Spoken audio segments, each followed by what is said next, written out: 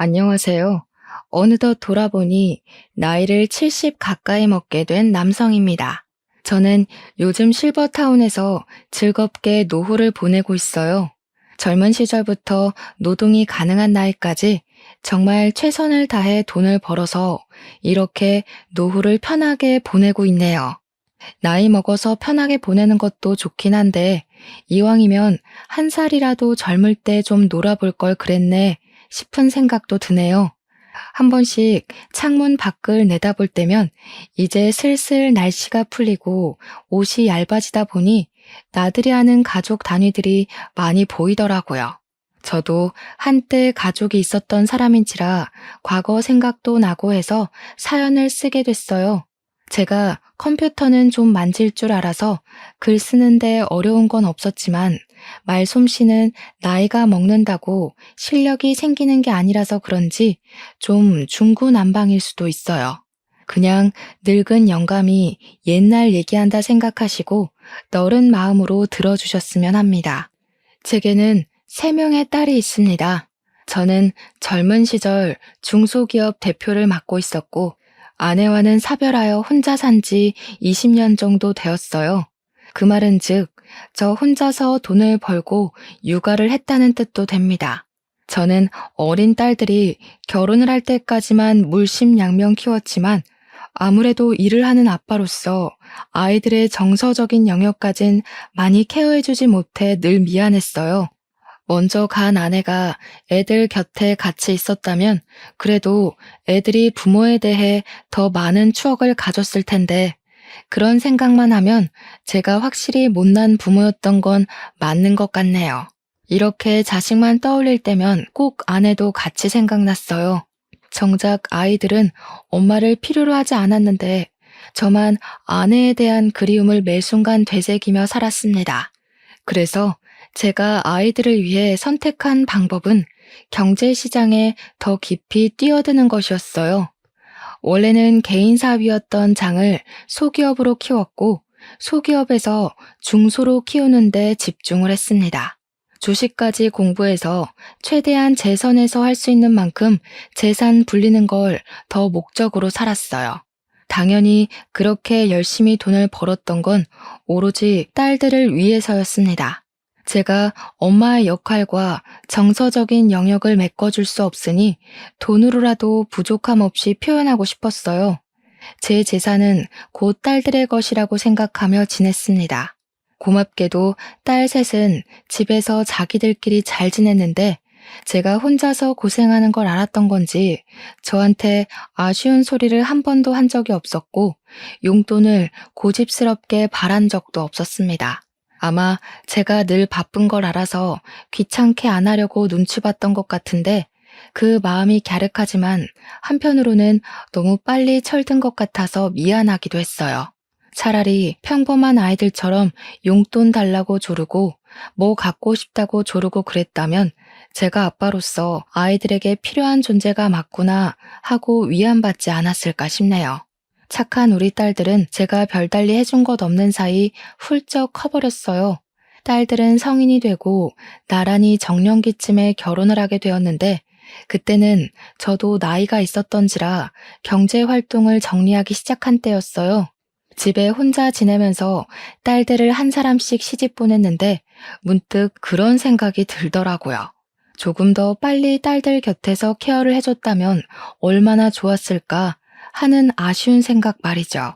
착한 딸들은 고맙게도 아빠 혼자 있는 거 못 본다고 자기네들 다 결혼하면 서로 데리고 살 거라 말해주더군요.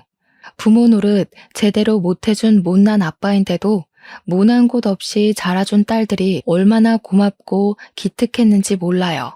그 모습을 보면서 제가 그래도 자식 복은 있구나 하고 생각했고 제 사랑이 터무니없이 부족했을 텐데도 저를 아빠라는 이유로 모시고 살 생각을 해주니까 그것만으로도 이미 효도를 받는 것 같았습니다. 저는 그동안 못해줬던 아빠의 역할을 톡톡히 해주기 위해서 딸들 결혼할 때 예단비로 10억을 똑같이 주었습니다. 당연히 우리 애들을 믿지만 그래도 돈 문제는 처음부터 공정해야 뒷말이 안 나올 걸 알거든요. 이건 제가 사업을 오래 하면서 느꼈던 경험담이에요. 제가 가진 건 돈밖에 없었으니 딸들에게 드디어 제 몫을 해준 것 같아 그때는 좀 제 스스로가 뿌듯했습니다. 딸들이 제가 주는 선물을 받고서 눈물까지 보이는 걸 보면 그래도 제가 아빠 역할을 완전히 수행 못한 건 아니구나 하고 위안이 좀 되었어요.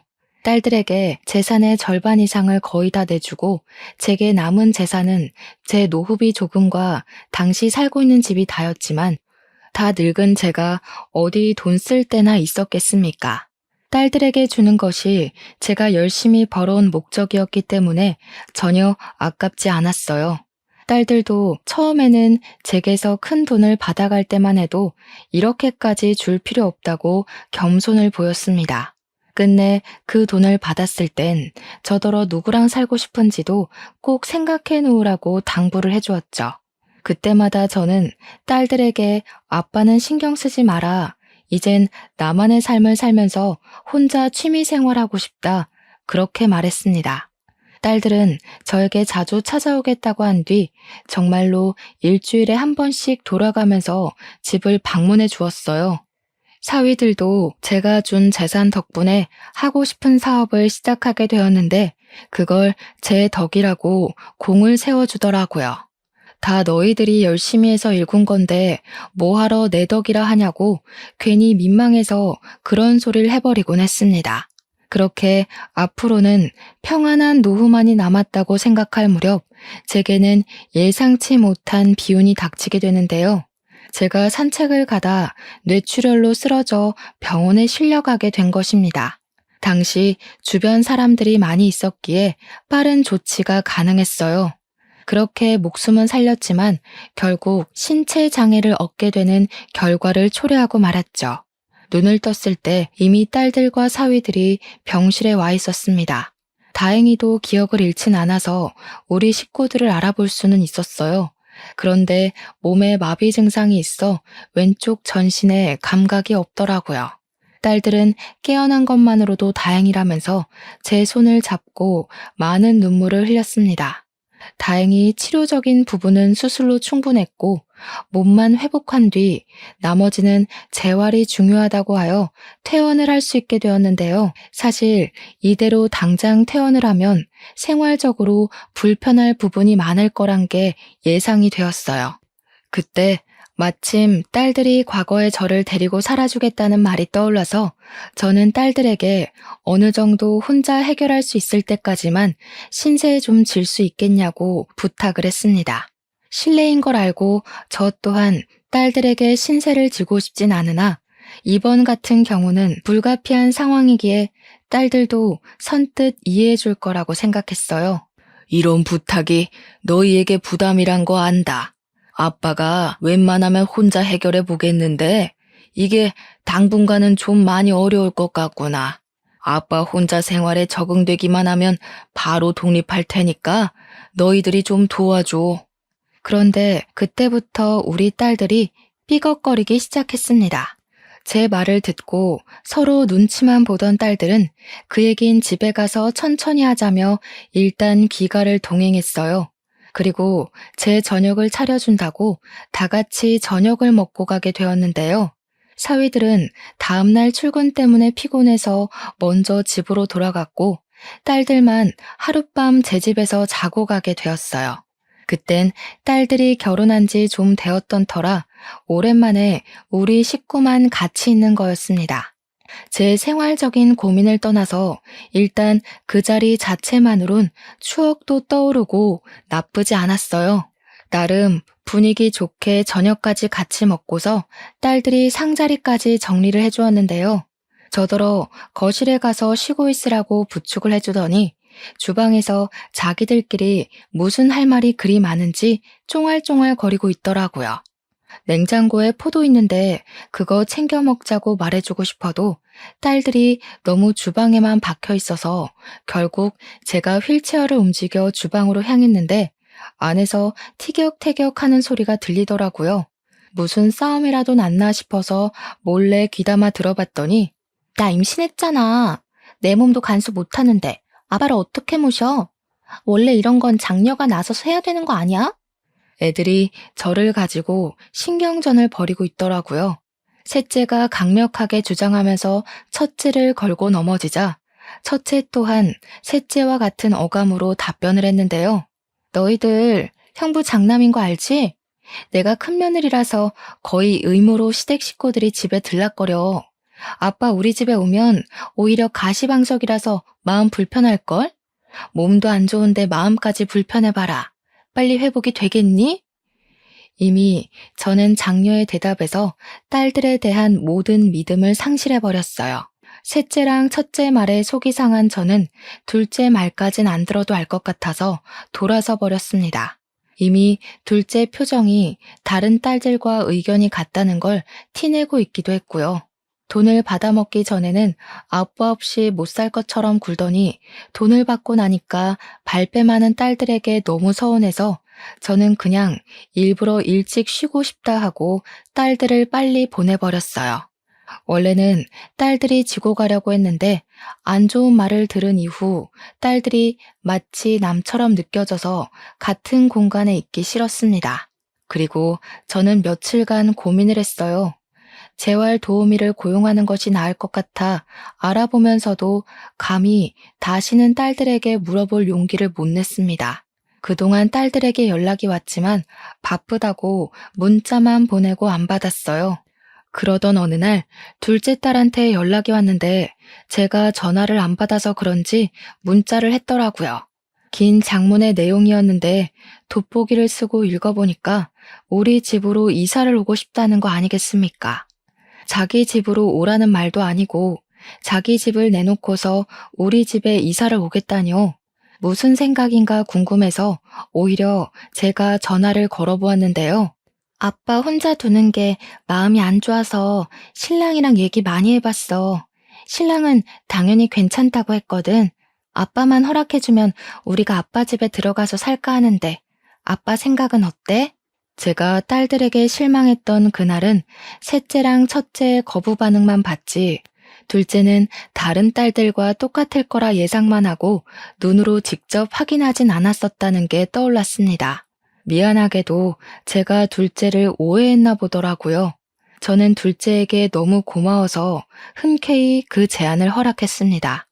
아무래도 재활 도우미보다는 가족이 편하니까 누가 제 곁에 상주해준다면 마음이 한결 편하긴 할 거거든요. 그렇게 둘째 사위랑 둘째가 우리 집으로 들어오게 되었는데요. 역시나 제가 둘째를 오해했던 게 맞다는 건 같이 지내면서 증명이 되었어요. 둘째랑 둘째 사위는 기꺼이 저의 보호사들이 되어주었습니다. 제가 병원 치료를 원활하게 받을 수 있도록 늘 차로 데려다주고 데리러 왔고요. 집에서도 제가 불편하지 않게 가구 배치를 달리해서 휠체어 이동이 쉽도록 옮겨주었죠. 사위는 또 저를 목욕시켜 주기까지 했습니다. 저는 그게 너무 고마워서 한 번씩 용돈을 쥐어주곤 했어요. 당연히 둘째랑 사위는 돈 받으려고 하는 짓 아니라며 거절을 했지만 제 마음이 이렇게라도 해야 편할 것 같다고 했더니 그때부터 저한테 더더 잘해주더군요. 돈 때문에 잘했다기보단 제게 돈을 받는 것이 미안해서 잘하는 것 같았습니다. 그러나 이 소식이 어떻게 다른 딸들 귀에 안 들어갔겠습니까? 근데 여기서 정말 서운했던 건 딸들이 둘째가 저를 봐주는 것에 대해 불만을 표했다는 것인데요. 제가 몰랐던 첫째와 셋째의 본색을 처음 본 순간이기도 했어요. 다짜고짜 우리 집을 찾아온 첫째와 셋째는 둘째가 집에 있다는 걸 알고 방을 뒤지기 시작했고 저를 보고도 인사를 안 하더니 무턱대고 둘째 어딨냐고만 물었습니다. 이놈들이 연락도 없이 와서 지금 뭐 하는 거야? 내가 아무데나 들어오라고 비밀번호 알려준 줄 알아? 둘째는 들어와서 살게까지 해줬으면서 우리는 초인종 누르고 들어와야 돼? 아니 됐고 아빠 설마 둘째가 같이 살아준다고 해서 둘째한테 이 집 물려줄 건 아니지? 설마 그럴 리가. 그럼 아빠한테 진짜 실망이야? 누구는 같이 못 살아줘서 뒤로 빠져있는 줄 알아? 아빠가 몰라서 그렇지 작은 언니 욕심 장난 아니야. 도대체 갑자기 와서 왜 이러는 건지 몰랐습니다. 그래서 대체 무슨 소리를 하고 싶은 거냐고, 둘째를 내쫓고 너희들이 들어오고 싶은 거냐고 했는데도 자꾸 엉뚱한 소리만 하더라고요. 그 사이 소란을 들었던 건지 둘째가 제 방을 찾아왔고, 첫째랑 셋째는 더 이상 저한테 볼 일 없다는 듯 둘째에게로 돌아서서 따지기 시작했어요. 역시 가운데 낀 형제들이 제일 야같다고 하더니 이 집이 탐나서 우리랑 상의 없이 들어와 살았니? 결혼하더니 돈독이 더 올랐나 보구나. 어떻게 아픈 아빠를 상대로 이렇게까지 약을 수가 있어? 언니, 좀 많이 실속적이다. 아빠가 언니 속셈 알고서 드렸는지 모르겠네. 우리 중에 언니가 제일 돈 욕심 많잖아. 둘째는 첫째와 셋째의 무차별 공격에 가만히 당하기만 했습니다. 보다 못한 제가 그만하라고 나서면 둘째가 그제야 자기가 알아서 하겠다고 제 몸 걱정을 하면서 괜히 일어나지 말라 챙겨줬죠. 그걸 보고 첫째랑 셋째는 헛웃음을 치더군요. 아빠한테 잘 보여서 재산 더 받으려고 용 쓴다는 식으로 둘째를 험담하였습니다. 아무리 서로 간에 오해가 있다고 해도 그렇지 엄연히 부모가 지켜보는 앞에서 어떻게 다툼을 벌일 수가 있단 말인가요? 그것도 내 재산으로 말이에요. 특히 첫째 행동이 문제였어요. 셋째의 행동도 잘못되었지만 동생이 잘못된 인식을 갖고 있으면 장녀라도 나서서 올바르게 상황을 판단하고 따끔하게 조언을 해줘야지. 언니 되는 입장으로서 오히려 셋째까지 선동해서 싸움을 벌이고 있는 게 말입니까? 저는 그날 장녀에게 무척 실망을 했습니다. 그 와중에 둘째 또한 더 이상 참지 못하겠는지 작작하라며 두 사람에게 목청을 높였어요. 저한테는 죄송하다고 이 상황에 대해 먼저 사과를 하고 말이죠. 아빠가 아픈데도 돈 생각밖에 없는 건 언니랑 너겠지. 둘 다 아빠 다치고 전화 한 번이라도 해본 적 있어? 내가 와서 이러는 게 꼴 보기 싫으면 먼저 나서서 아빠 돌봐줬으면 됐잖아. 아빠 봐주기는 귀찮고 다른 형제가 아빠한테 잘 보여서 재산 뺏기는 건 두렵고 뭐 그런 거야? 내가 볼 땐 네가 제일 무서운 년 같은데? 우리는 직접적으로 티내기라도 했지. 너는 끝까지 아빠 앞에서 연기하고 있잖아. 뭐 눈엔 뭐만 보인다더니 언니가 온종일 돈 생각밖에 안 하니까 언니 눈에 나도 그렇게 보이나 본데 돈급 취급하지 말지. 돈벌레들이랑 같은 수준인 거 기분 더럽거든? 시끄럽고 아빠 쉬어야 되니까 다 나가. 둘째는 그대로 첫째와 셋째더러 꺼지라고 제 방에서 밀어냈고 안 나가면 주거 침입으로 신고할 거라 고래고래 소리를 질렀습니다. 제가 자식들한테 뭘 바라고 돈을 준 건 아니었지만 예단비로 10억씩 준 게 사실 재산 상속과 같은 거였다고 언지를 했었거든요. 가진 돈을 공정하게 나눠서 준 거라 제가 살고 있는 집 말고는 더 이상 돈 없다고도 말했었습니다. 근데 그 10억의 예단비는 이미 첫째와 셋째 머릿속에서 지워진 듯 했어요. 돈 주기 전에는 아빠 하면서 알랑방귀 끼더니 또다시 돈이 아쉬우니까 싹 바뀐 태도가 너무 우습지 않습니까? 첫째랑 셋째를 생각을 하면 둘째와 비교를 안 할 수가 없었어요. 둘째도 다른 집처럼 분명 개인 사정이 있을 텐데도 저한테 노력하는 거잖아요. 첫째와 셋째를 보고 나니 둘째의 헌신이 더욱더 크게 느껴졌어요. 저는 둘째와 둘째 사위의 노력을 그냥 넘기고 싶지 않아서 한날 저녁 식사 자리에서 숨겨뒀던 재산 얘기를 꺼냈습니다. 내가 사실 너희들에게 말 못한 주식이 하나 있어. 이건 죽기 전에 너희들에게 공평하게 나눠주려고 했는데 아무래도 첫째랑 셋째는 괘씸해서 주기가 꺼려지는구나. 그 주식 또한 10억 단위였고 앞으로 주식 가치가 어떻게 될진 모르지만 대개 주가 인상 추세였던지라 앞으로의 전망 또한 좋을 거였습니다. 내가 죽을 때 되면 너희한테 증여해놓고 갈 테니 다른 애들한테는 말하지 말거라. 괜히 또 싸움 일어나면 이젠 정말 가족관계까지 끊어질 수가 있을 것 같아. 그 얘기를 하자 둘째가 깜짝 놀라면서 사위랑 아무 말도 하지 못했습니다. 제 말이 믿기질 않아서 말문이 막힌 듯 했어요. 곧 사실이라는 걸 알고는 고맙다고 눈물까지 흘리더군요. 아빠, 솔직히 언니랑 동생 때문에 아빠가 우리 진심 오해할까봐 너무 무서웠어. 그런데 우리 마음 다 이해해줬네. 우리 진짜 아빠한테 잘할게. 언니랑 동생이 아빠 돈 함부로 못 뺏게 그것도 지켜줄게. 딸은 돈 때문에 아빠를 도운 거 아니니까 괜한 오해는 안 했으면 좋겠다고 걱정도 덧붙였습니다. 당연히 저도 다 지켜봐서 잘 알죠. 돈 주기 전에는 알랑방귀 끼다가 돈 주니까 발뺌하는 첫째네랑 셋째네랑 둘째네는 확연히 다르다는 걸요. 그 뒤로 둘째네는 제게 더 잘했고 저는 다행히 손가락은 제법 움직일 수 있을 정도가 되었습니다. 첫째랑 셋째는 더 이상 집에 찾아오질 않았어요. 혹시 더한 앙심을 품고 찾아와서 깽판이라도 치면 어쩌나 조금은 걱정했거든요. 어쩌다가 착한 우리 딸들이 그런 돈독이 올랐는지 그 둘만 생각하면 몸이 편안하다가도 속은 갑갑했습니다. 그러던 어느 날이었어요. 둘째 사위가 갑자기 속상해하면서 제게 상담을 권하길 장인어른 정말 면목 없지만 지난번에 말씀하신 주식 말인데요. 일찍 주시면 안 될까요? 사실 제가 사업이 조금 어려워져서요. 죄송합니다. 그런 일이 있었으면 진작 말했어야지. 나만 편하자고 자네를 부려먹었었네.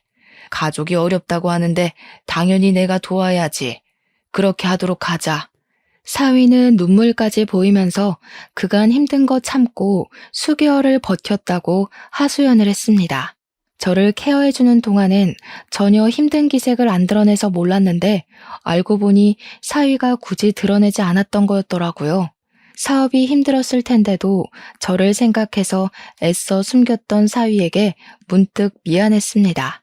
그래서 사위의 제안에 알겠다고 했고 날 잡아서 계약서 쓰러 가자고 했어요. 그랬더니 사위는 또 감사하다며 제게 넙죽 엎드려서는 한참을 울었습니다. 그렇게 저는 사위랑 딸이랑 같이 계약서를 쓰고 증여신고를 했는데요. 혹시 몰라서 제가 다시 한번 더 둘째네에게 다른 집에 알리지 말라고 당부를 했어요. 둘째랑 사위는 그 자리에서 한 번 더 제게 평생 편하게 모실 것을 약속해 주었습니다.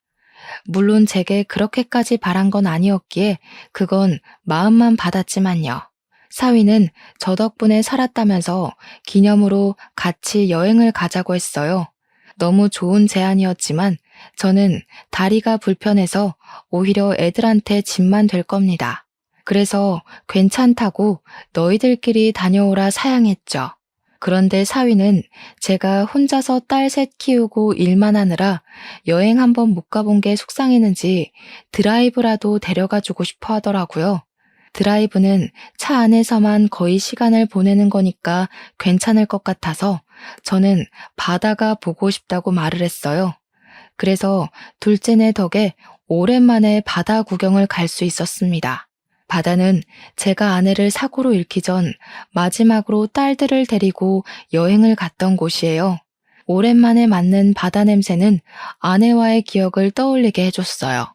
저는 사위 덕에 모래사장에 휠체어를 펴고 앉아서 실컷 바다 구경을 할 수가 있었어요. 다시 걸음하기 어려울 테니 저는 바다를 사진으로 찍고 눈으로 꾹꾹 눌러 담았습니다. 사위랑 딸은 커피 한 잔 사오겠다며 자리를 비웠고 그동안 저는 조용한 바다 앞에서 온전히 저의 지난 삶들을 돌아보는 시간을 가졌어요. 그렇게 시간이 흐르고 날이 어두워지니 이곳에 가로등이 하나 없다는 걸 알아차렸는데요. 그제야 저는 바다에서 눈을 돌리고 딸이랑 사위의 자취를 찾았습니다. 꽤 시간이 흘렀는데도 사위랑 딸이 안 보이더군요. 주위를 둘러봤지만 인적이 전혀 다니질 않아서 누구를 부를 수도 없는 지경이었습니다. 그래서 전화를 하려고 하면 휴대폰이 짐된다며 딸 가방에 맡긴 게 화근이 되었죠. 모래사장이라 휠체어를 움직일 수도 없어 꼼짝을 못했어요. 이 와중에 더 문제는 날이 저물자 점점 수심이 올라왔다는 것인데요. 휠체어 바퀴를 돌려 후진을 하고 싶어도 지면 특성상 땅만 파였습니다. 결국 바다가 바퀴까지 적시는 정도로 빠르게 불어났을 때 저는 좀 더 과격하게 휠체어로 움직여 버렸고 그 탓에 그만 중심을 잃어 휠체어를 쓰러뜨리고 말았어요. 다리를 움직이지 못해서 그대로 바닷물에 몸이 젖었고 모래를 뒤집어 썼습니다. 최대한 한 팔로 기어서 바다를 피해갔지만 그 짧은 시간에 이미 몸은 다 버린 상태였어요. 해가 지니까 날까지 쌀쌀했는데 몸이 젖어 있으니 추위가 더 빨리 찾아오는 겁니다. 저는 일단 목소리를 내어 주변에 구조 요청을 해봤어요. 하지만 소용없었습니다.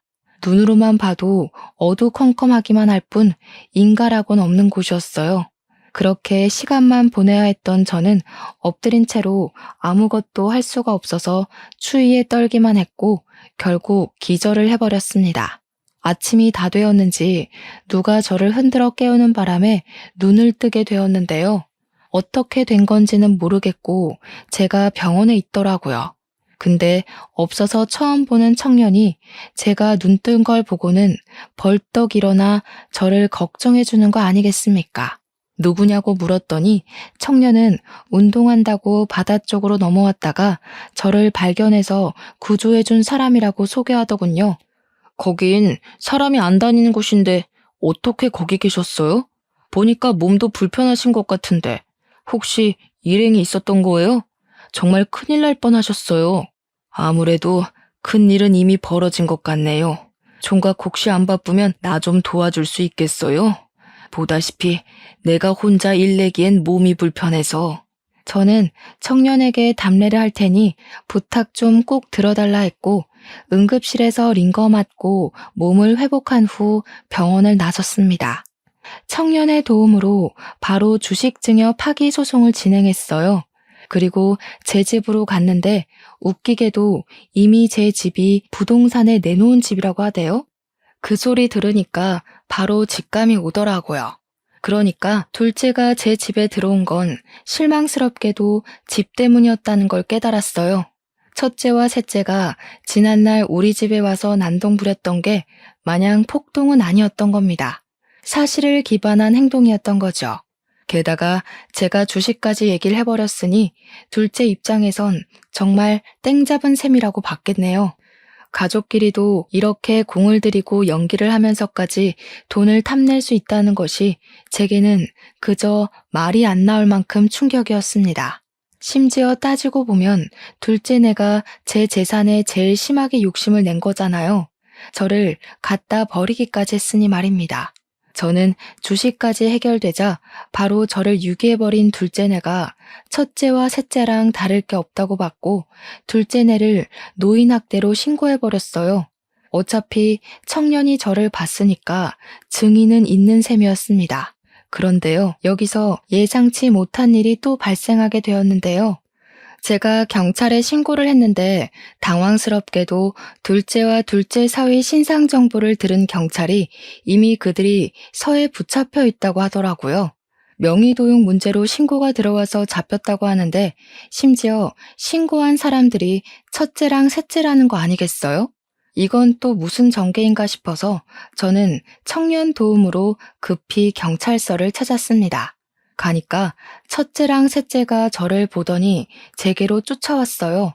마치 아이처럼 고자질하러 말이죠. 아빠, 둘째가 아빠 도장 훔쳐서 집 명의 바꾸려고 했어. 제가 뭘 했어요?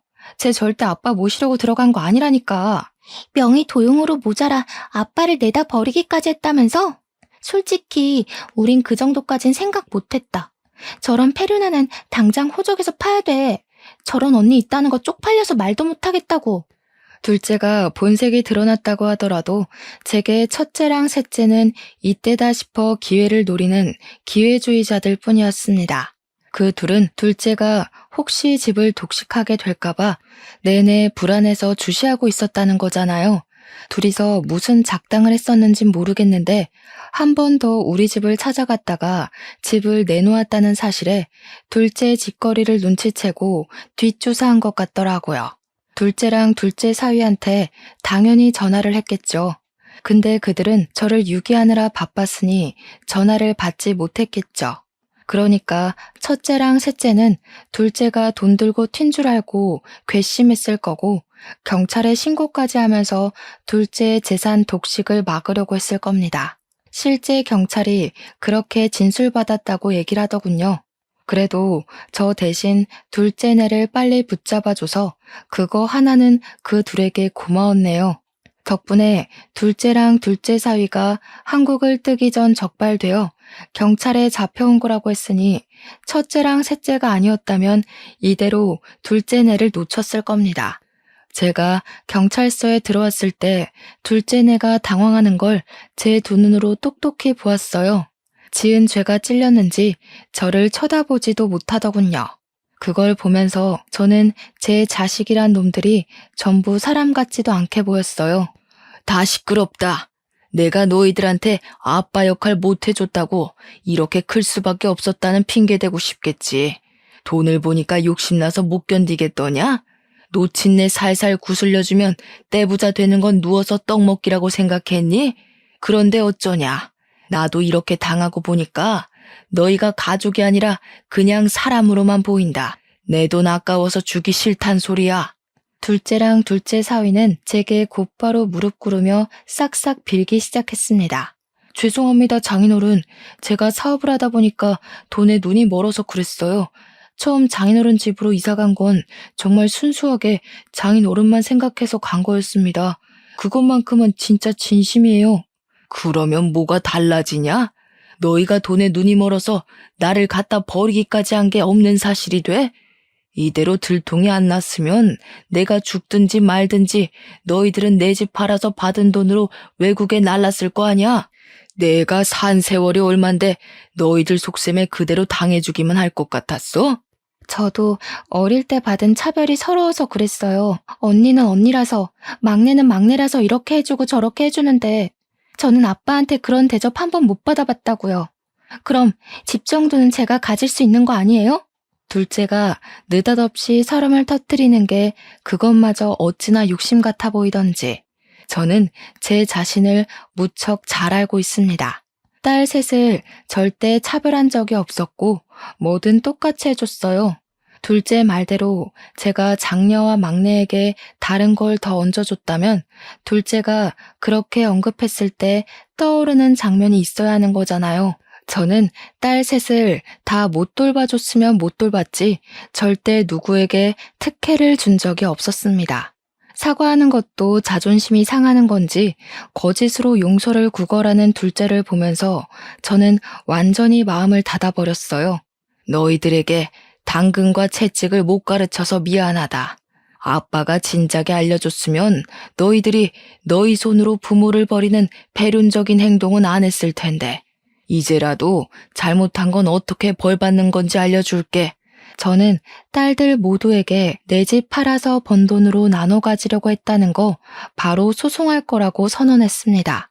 그 와중에 첫째랑 셋째는 당황해하면서 제게 항변했어요. 우리까지 소송할 거라고? 우리는 아빠 도운 건데. 아빠가 길거리 신세 될 뻔한 거 구제해준 게 우리야. 우리한테는 이러면 안 되지.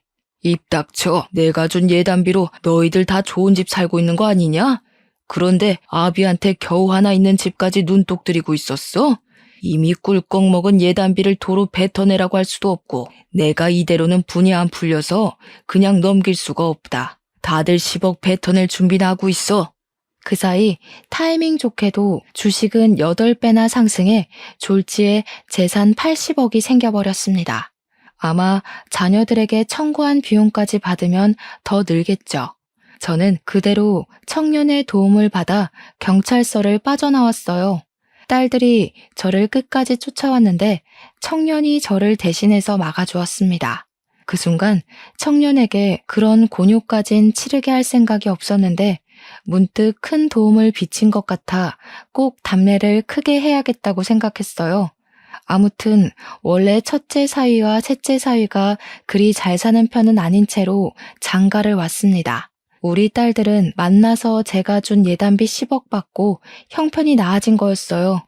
사위들이 원래 둘 다 평범한 직장인이었는데 돈이 생기고부터는 직장을 그만두고 사업을 시작했다고 들었거든요. 번화가로 들어서서 시작한 덕분에 사업은 초창기부터 매출 대박을 쳤고 그 수익을 믿고서 첫째네와 셋째네는 사치가 좀 컸습니다. 그들에게 사업은 당연히 하나밖에 없는 밥줄이에요. 사람은 밥 못 먹곤 못 살거든요.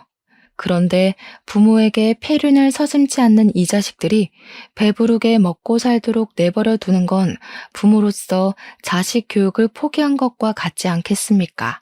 그래서 제가 치킨 매장 오너로 있는 첫째 사위와 헬스장 하는 셋째 사위의 건물을 각각 매수해버렸어요. 그렇지 않아도 첫째랑 셋째가 사위들 사업장에서 악덕 사모님으로 명성이 장난 아니더라고요. 사장은 괜찮은데 그 집 사모가 별나다면서 다 같이 같은 욕을 하길래 한숨밖에 안 나왔습니다. 그래도 제가 일부러 악덕 세입자라고 소문을 만들지 않아도 다른 세입자들이 알아서 제 딸들을 욕해주니 두 손 두 발은 편하더군요. 물론 그 사람들 앞에선 그 악덕 사모들이 내 딸이라고 하기 쪽팔려서 아는 체는 안 했어요. 일단 여론이 제 편으로 몰렸으니 저는 본격적으로 악덕 세입자 쫓아내기에 돌입했습니다. 그때부턴 부모와 자식 관계가 아니었고 건물주와 세입자 관계로 집중했어요. 보니까 월세를 딸들이 관리하는 건지 관리비를 냈다가 안 냈다가 아주 들쑥날쑥이더라고요. 심지어 제가 확인했던 그달의 월세는 또 밀려 있었습니다. 저는 이걸 빌미로 세입자에게 나가달라는 통지를 보냈어요. 그리고 불만 있으면 전화하라고 제 번호까지 우편함에 써붙이고 갔죠. 그걸 확인한 첫째와 셋째는 각각 제게 전화를 걸었는데 내 번호라는 걸 알아보고 많이 당황했는지 제가 받기도 전에 전화를 끊어버리더군요. 제가 다시 걸어도 제 전화를 제쳐버리는 것 보니 그들에게 건물주를 알아볼 시간이 필요한 듯해 보였습니다. 그리곤 이틀 뒤 첫째랑 셋째에게서 문자가 각각 오더라고요. 당연히 제게 사죄하는 것 말고는 별다른 방법이 없었겠죠. 딸 둘은 자기네들 이 장사 없으면 당장 먹고 살 수익이 없다고 기라면 기고 꿀으라면 꿀을 테니 제발 자기네들 장사만은 건들지 말라고 애원을 하였습니다. 제가 딸들 애원을 어디 한두 번 들어봤겠습니까? 그때마다 받아주고 넘어가 줬더니 똑같은 짓을 반복하고 오히려 더 심해지기만 했다는 거 충분히 겪었어요. 제가 버림받아 보니까 돈 앞에서는 장사 없다는 걸 알고 제 처신을 똑바로 해야겠다는 생각이 들더라고요. 그래서 저는 딸들 문자에 대고 명도 소송까지 가기 전에 깔끔하게 해결하자 그렇게만 답변했을 뿐입니다. 그러자 역시나 딸들이라 할지라도 사람 성격 고치는 거 참 어려운 일인가 봅니다. 애들이 갑자기 급발진을 하더니 화를 내기 시작하는 거 아니겠습니까? 저더러 자신들에게 아빠로서 해준 게 뭐가 있냐는 소리를 하길래 그동안에 지나쳐온 제 청춘들이 모조리 부정당하는 것 같아서 마음이 좀 아팠어요. 딸들이 이렇게 나올수록 저는 더 마음을 굳힐 수밖에 없었죠. 딸들에게 앞으로도 평생 아빠 없다고 생각하고 살라고 너희한테는 처음부터 아빠도 엄마도 없는 게 나았다고 당장 건물 뺄 준비나 하라 했어요. 그래도 사위들이 장사를 꽤 크게 하고 있었는데 이대로 쫓겨나서 새로 시작하려면 제법 자금이 많이 들 겁니다. 물론 인지도 쌓는데도 오래 걸리겠죠. 그 세월을 다 합치면 10억만큼의 손실이 나오지 않을까 싶네요. 그 와중에 집까지 없는 둘째네는 운이 좋아서 길거리 신세는 면했어요. 3년 실형을 받는 덕에 교도소를 가게 되었거든요. 부디 사회로 다시 나올 때는 못난 마음 다 털어버리고 새 사람이 되길 바랄 뿐입니다. 여기까지 오는 데에 저 혼자였다면 절대 해내지 못했을 겁니다. 청년이 취업 준비생이라서 저를 많이 도와줬기에 가능했던 일이었어요. 그 뒤로도 착한 청년은 제 집 구하는 것까지 같이 동행해서 도와줬는데요. 제가 밥 한 끼 사준다고 소고기집을 데려갔는데 글쎄 이놈이 저를 챙기느라 고기를 잘 먹지도 않더라고요. 그래서 일부러 나도 손 있다고 환자 취급하지 말라 으름장을 놓았더니 그제야 눈치 보면서 허겁지겁 고기를 먹는데 얼마나 귀여운 녀석이던지. 부동산을 다시 한번 돌아볼까 고민하던 중 청년이 조심스레 제게 제안하길 요새 실버타운이 참 좋게 나와 있다고 추천을 해주더라고요. 그래서 청년 도움으로 실버타운 알아본 후 요양보호센터가 딸려있는 곳이 좋을 것 같아서 그곳으로 입주 신고를 하게 되었습니다. 청년이 나쁜 녀석인지 바람직한 놈인지는 잘 모르겠으나 일단 제가 보답하겠다고 약속을 했잖아요. 해서 제가 청년에게 답례비로 10억을 주었고 나머지는 제가 쓸 돈을 빼고는 사회에 환원해야겠다 생각했습니다. 근데 청년이 자기 뱅킹으로 입금된 금액을 보더니 놀라서 휴대폰을 떨어뜨리더라고요. 이게 뭐냐고 이렇게 큰 돈 못 받는다며 당황해 하더라고요. 어른이 주는 건 그냥 감사합니다 하고 받는 거야. 그것도 하나의 사회생활이다. 네가 나한테 이 정도의 가치만큼 도움이 되었다는 거니까 사양하지 말고 받아도 얼른 번듯한 직장인 돼서 예쁜 아가씨랑 결혼도 해야지. 제 조언에 청년은 눈물을 글썽이더니 정말 감사하다고 안 그래도 자기 집 어려운데 취직까지 자꾸 떨어져서 힘들었다면서 열심히 살겠다고 연신 꾸벅거리더군요. 그래서 저는 청년과는 연이 끊어지는 줄 알았습니다. 죽기 전에 좋은 일 하나 하고 간다. 그리 생각하고 말 인연이라고 봤죠. 그러나 놀랍게도 청년이 일주일에 한 번은 무조건 실버타운을 찾아오는 거 아니겠어요? 감사해요. 저 딴 길로 안 새고 제가 하고 싶던 일을 바로 시작할 수 있게 되었어요. 저희 엄마도 몸 안 좋으셨는데 병원비 걱정 없이 치료받고 있고요. 이게 다 할아버지 덕분이에요. 저 꼭 성공해서 할아버지한테 보답할 거예요. 그때까지 오래오래 사셔야 해요. 최근에 알게 된 건데 청년 휴대폰에 저장된 제 이름을 보고 얼마나 웃었는지 모릅니다. 산타 할아버지라고 되어 있더라고요. 아무리 그래도 동심을 갖고 있을 만큼 어린 나이는 아니었는데 얼마나 귀엽고 기특해 보였는지 몰라요. 정말 딸 안 부러운 손자 하나가 생겨버린 기분이었습니다. 청년은 방문 횟수가 늘어갈 때마다 점차 더 번듯한 사업가가 되어가고 있는데 그걸 보는 재미가 또 쏠쏠하더라고요. 저도 사업을 번성시켰던 사람이다 보니까 사업 중인 청년이 제게 조언도 많이 구할 때가 있는데요. 그럴 때면 저도 잠깐 열렬했던 청춘 시절로 돌아간 것처럼 머리가 팽팽 돌아가요. 청년이 토요일마다 저를 찾아오는데 그럼 저는 그동안 청년에게 알려줄 새로운 정보와 인맥을 준비해놨다가 알려주거든요. 그것도 제 나름 취미 생활이 되더라고요. 최근에는 청년이 주식 공부도 시작했어요. 제 조언을 받아서 저 믿고 샀는데 꽤 주가가 괜찮은 것 같아 스포츠 경기 보듯 즐기고 있습니다. 청년이 열심히 사는 걸 보면 가끔씩 제 젊은 시절도 생각나고 그래요. 처음에는 청년의 도움이 고마웠다면 이젠 청년의 존재 자체가 고맙게 된 거죠. 어쨌든 저는 청년 덕분에 조금 쓸쓸할 뻔했던 노후에 손자 관심을 받으면서 번지르르하게 살고 있는 중입니다. 천륜이 끊어졌다는 건 그다지 못 느끼고 있어요. 청년이 그런 제 사정을 알아서 일부러 더 가족이 되어주려고 하는 것 같더라고요.